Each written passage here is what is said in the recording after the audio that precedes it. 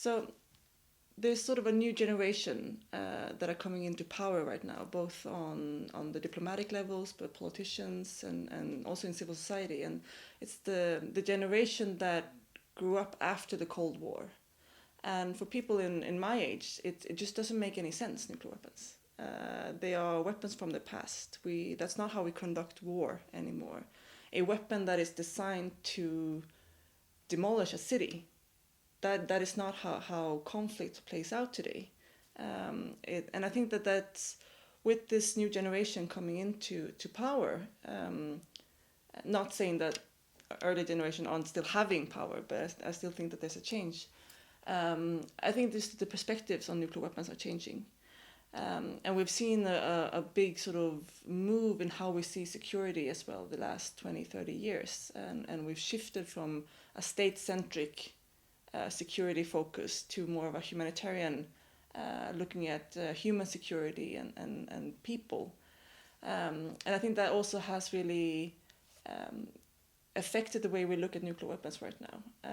And there's been a lot of organizations like humanitarian organizations, emergency relief organizations, the Red Cross, the UN agencies, organizations like Oxfam, for example, that would be the organizations that deal with a nuclear detonation and trying to help people.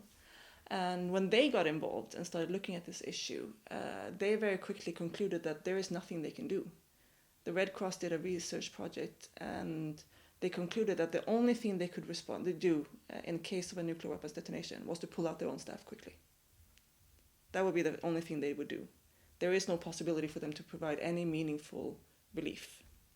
And when you start looking at that, at nuclear weapons in that way, it becomes really unacceptable that they still are legal, nuclear weapons in some way, that some countries can have these weapons and threaten with them. And I think that's how the Humanitarian Initiative movement started, to really look at the facts. What would happen if a nuclear weapon detonated today? What would be the long-term impact, the impact on health, the impact on migration and environment? And then, of course, the logical conclusion is that's kind of unacceptable. We can't have those kind of weapons around. We've banned chemical weapons and biological weapons because of their humanitarian impact. We banned landmines and cluster munitions because they can harm civilians.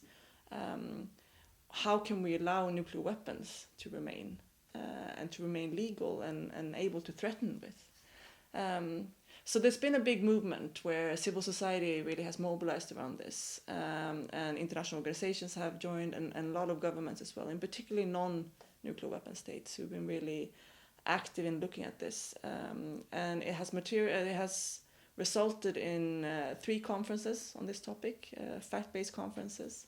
And the last conference in Austria, the Austrian government identified that there is a legal gap in the sort of regulatory framework on nuclear weapons. There is no prohibition.